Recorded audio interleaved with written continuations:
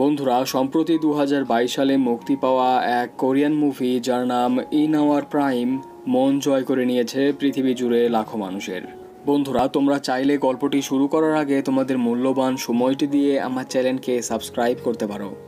মধ্যবিত্ত পরিবারে জন্মগ্রহণ করা একজন ছাত্র আর নাইট গার্ডের চাকরি করা একজন সাধারণ মানুষের সফলতার গল্পের শুরুতেই দেখানো হয় সাউথ কোরিয়ার নামকরা একটি স্কুল যার নাম ডংহন, যেখানে আমার আপনার মতো সাধারণ ছাত্রদের কোনোই জায়গা নেই।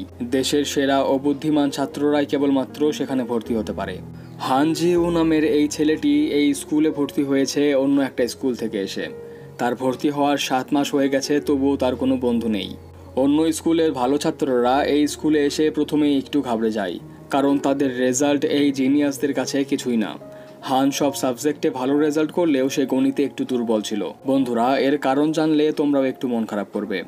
ক্লাসের সবাই প্রায় বড়লোক ছিল, আর তাই তারা স্কুলের পাশাপাশি আলাদা করে প্রাইভেট পড়তো। কিন্তু হান ছিল মধ্যবিত্ত পরিবারের ছেলে, তাই সে আলাদা করে কথা পড়তে পারতো না। এদিকে স্কুলের স্যারদের খুব একটা সময় দিতে হতো না বাকি ছাত্রদের গণিত বোঝাতে, কিন্তু হানের একটু সমস্যা হতো এত দ্রুত গণিত সমস্যাগুলোর সমাধান করতে। তাই তার রেজাল্ট বরাবরই খারাপ হতো, আর এই কারণেই স্কুলের টিচাররা তাকে বলতো অন্য কোথাও ভর্তি হতে। একদিন রাতে হানের বন্ধুরা ঠিক করে তারা হোটেলে ড্রিঙ্কস করবে। হান ভাবে এই সুযোগে তাদের সাথে এবার বন্ধুত্ব করতে পারবে সে।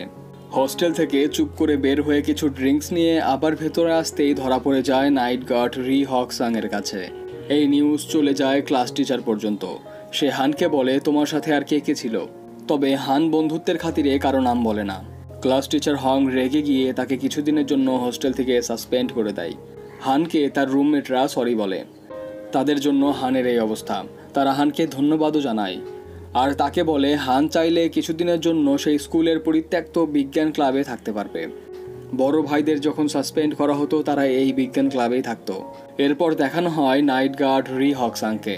সে ডাক্তার দেখাতে আসলে ডাক্তার তাকে বলে বেশি দিন একটানা রাত জেগে এই চাকরি করলে তার সমস্যা হতে পারে। এরপর দেখা যায় হান তার জিনিসপত্র গুছিয়ে বেরিয়ে পড়ে হোস্টেল থেকে। কোথাও থাকার জায়গা না পেয়ে সে নিজের বাড়ির দিকে চলতে আরম্ভ করে দেয়। এমন সময় তার সহপাঠী বৌরাম চলে আসে। বলে সে একটা বলদ, কোনো দোষ না করেও সে নিজে একা সাসপেন্ড হয়েছে। হান তার কথার পাত্তা না দিয়ে চলে আসে নিজের বাড়িতে। হানের বাবা মারা গেছে অনেক বছর আগে একটা কার অ্যাক্সিডেন্টে। হানের মা চাকরি করে কোনো মতে সংসার চালিয়ে যাচ্ছে।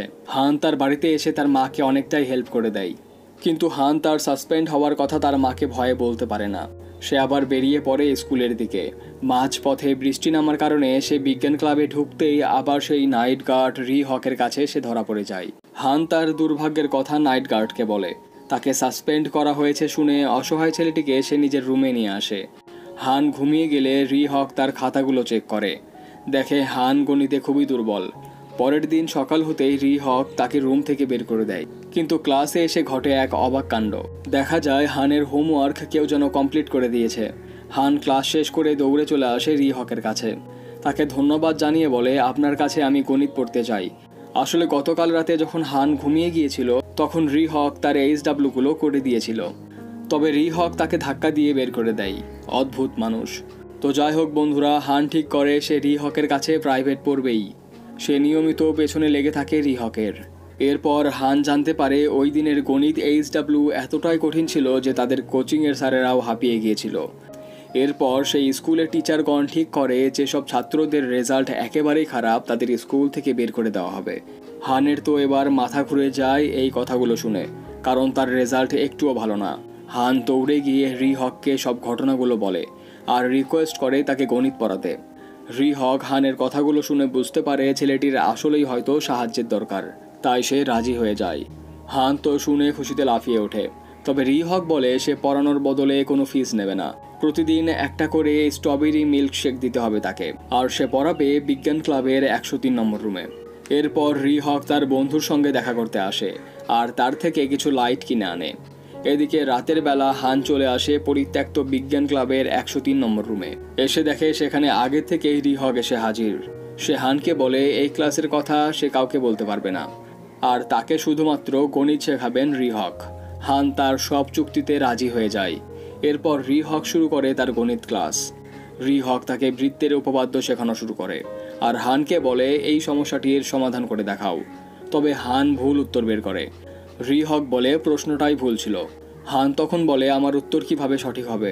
প্রশ্ন যখন ভুল তখন তো উত্তরও ভুলই বের হবে। বন্ধুরা, রি-হক তখন বলে কোনো প্রশ্নের উত্তর বের করাই এর আসল কাজ না। আসল বিষয়টি হলো প্রশ্নটি ঠিকঠাক বোঝা। যে কোনো প্রশ্ন বুঝতে পারলে এর উত্তর বের করা খুব সহজ হয়ে যায়। আসলে রি-হক ছোটবেলায় গণিত কম্পিটিশনে ফার্স্ট হয়েছিল। ক্লাস শেষ হওয়ার পর হান রি-হককে বলে তার কোনো থাকার জায়গা এখনও ম্যানেজ হয়নি। রি-হক এবার তাকে নিজের রুমে নিয়ে আসে। হান তার মোবাইলে পুরাতন গান প্লে করে দেয়। গান শুনে রি-হক অনেক বছর পর একটু শান্তিতে ঘুমিয়ে পড়ে। পরের দিন ক্লাস টিচার অ্যানাউন্স করে তাদের স্কুলে পিথাগোরাস গণিত কম্পিটিশন হবে কিছুদিন পর। ছাত্ররা মাত্র 2 মাস সময় পাবে এর জন্য। মাত্র 3 জনকে পুরস্কৃত করা হবে। আর এই কম্পিটিশন ক্র্যাক করা অনেকটাই কঠিন। এরপর হানের একজন বন্ধু তাকে বলে সে তার আগের স্কুলে ফিরে যাবে। মধ্যবিত্তদের এই স্কুলে কোনো জায়গা নেই। অপরদিকে বৌরাম হানকে বলে সে গণিতে অনেকটাই কাঁচা, তাই তাকেও অন্য কোথাও ভর্তি হতে হবে। আর হান ভাবে সেও মধ্যবিত্ত, তার কপালে যে কি আছে কে জানে। এইদিকে বৌরামের মা তাকে হানের সাথে মিশতে মানা করে দেয়। বৌরামের মা বলে তোমাকে আমি নতুন কোচিংয়ে ভর্তি করিয়ে দেব, তোমাকে পিথাগোরাস কম্পিটিশনে ফার্স্ট হতে হবে। কিন্তু বৌরাম একদিন দেখে ফেলে হান রাতের বেলা বিজ্ঞান ক্লাবে এসে গণিত সমস্যার সমাধান করছে। বৌরাম নিজেও রি-হকের কাছে গণিত পড়তে চায়, তবে রি-হক বলে তোমাদের ছাড়া আর কাউকে এই বিষয়টি ভুলেও জানাবে না। হান তাকে জিজ্ঞেস করে আপনি এত কিছু কিভাবে শিখলেন? রি-হক বলে সে পরিবারের দারিদ্রতা দূর করার জন্য গণিত শিখেছিল, তবে এর মধ্যে সে একটা অন্যরকম মজা খুঁজে পেয়েছিল। আর তখন থেকেই সে গণিত নিয়ে আরও বেশি করে পড়ালেখা করতে আরম্ভ করে দিয়েছিল। রি-হক বৌরামকে পিয়ানো বাজাতে বলে। এই প্রথম তারা জানতে পারে পিয়ানো বাজিয়েও গণিতের সূত্রকে মনে রাখা যায়। পরের দিন ক্লাসে ক্লাস টিচার তাদের একটি অঙ্ক করতে দেয়। প্রশ্নটি ছিল অনেক জটিল, তবুও হান সেই প্রশ্নের সমাধান 1 মিনিটেই করে ফেলে। স্যার বলে আমার প্রশ্নটা ভুল ছিল, হান তোমার উচিত হয়নি এই অঙ্কটি সমাধান করা। হান তো অবাক হয়ে যায়। সে ভাবে স্যার ইচ্ছা করেই তাকে এসব বলেছে, কারণ সে কোনো স্যারের কাছে প্রাইভেট পড়ে না। বেশি বাড়াবাড়ি করার কারণে হানকে ক্লাস টিচার রুম থেকে বের করে দেয়। অপরদিকে রি-হকের সেই বন্ধু তাকে একটা ভালো মোবাইল ফোন গিফট করে। হান দেখে রি-হক তার মোবাইলের স্ক্রিন ছোট হওয়ার কারণে গণিতের প্রশ্নগুলো পড়তে পারছে না। তাই হান তাদের স্কুলের অফিস রুম থেকে গণিত বই ফটোকপি করে রি-হককে গিফট করে। রি-হক খুশি হয়ে যায়। বন্ধুরা, পরের দিন পিথাগোরাস কম্পিটিশনে সবাই অংশ নেয়। হান মনোযোগ সহকারে পরীক্ষা দিলেও প্রশ্ন কমন না থাকায় বৌরাম রুম থেকে রাগ করে বেরিয়ে যায়। হান তাকে ফোন করলেও সে কল রিসিভ করে না। বৌরাম ডিপ্রেসড হয়ে স্কুলের গ্রুপে পোস্ট করে দেয় পিথাগোরাস কম্পিটিশনের প্রশ্ন ফাঁস হয়েছিল। এই নিউজ ভাইরাল হয়ে গেলে স্যারেরা ঠিক করে সেই বেঈমানকে খুঁজে বের করতেই হবে যে এই প্রশ্ন ফাঁস করেছে। অপরদিকে হান আর রি-হক এসছে কিছু বই কিনতে, তবে সেখানে তাদের সাথে দেখা হয়ে যায় একজন উত্তর কোরিয়ান লোকের। সে রি-হককে দেখে অবাক হয়ে যায়, আর হানকে ভাবে সে রি-হকের ছেলে। আসলে রি-হক উত্তর কোরিয়ার একজন বিখ্যাত গণিতবিদ। সে উত্তর কোরিয়া থেকে কাউকে কিছু না বলে দক্ষিণ কোরিয়াতে চলে আসে আর নাইট গার্ডের চাকুরিতে জয়েন করে। রি-হক লোকটির কথার কোনো উত্তর না দিয়ে চলে যায়। হান তাকে জিজ্ঞেস করে লোকটি কে ছিল, তবে রি-হক হানকে কিছুই বলে না। সেই দিন রাতেই রি-হক তার ফ্ল্যাশব্যাকে চলে যায়। তার পরিবারের সাথে কাটানো স্মৃতিগুলো তার মনে পড়তে থাকে বারবার। পরের দিন হান টিভিতে দেখে তাদের স্কুলের প্রফেসর এক সাক্ষাৎকারে বলছে সে যখন ছোট ছিল তখন অলিম্পিয়া কম্পিটিশনে ফার্স্ট হওয়ার কারণে প্রফেসর এবং রি-হক নামের দুজনকে পুরস্কার হিসেবে একটি করে গোল্ডেন পেন গিফট করেছিল সরকার। হান তো এই নিউজ দেখে দৌড়ে ছুটে আসে রি-হকের কাছে। রি-হক হানের কথা শুনে রেগে গিয়ে বলে এসব কথা আর কখনোই বলবে না আমাকে। অপরদিকে ক্লাস টিচার হাং খুব টেনশনে পড়ে যায়, কারণ সে নিজেই প্রশ্ন ফাঁসের সঙ্গে জড়িত ছিল। প্রশ্ন ফাঁস করে সে নিজের ছাত্রদেরকে দিয়েছিল। ক্লাস টিচার হাং সিসিটিভিতে দেখতে পারে হান ঢুকেছিল একদিন অফিস রুমে। তখন সে হানকে তুলে নিয়ে আসে আর বলে তুমি অফিসে ঢুকে কি করেছো আমার জানার কোনো দরকার নেই।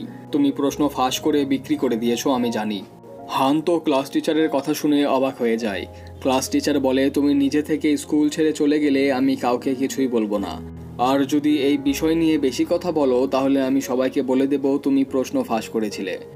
আর এদিকে রি-হককে সবাই খুঁজে চলছিল, তার বিষয়ে অনেকেই জেনে গেছে। তাই সে ঠিক করে এই দেশেও সে আর থাকবে না, সে অন্য কোনো দেশে চলে যাবে।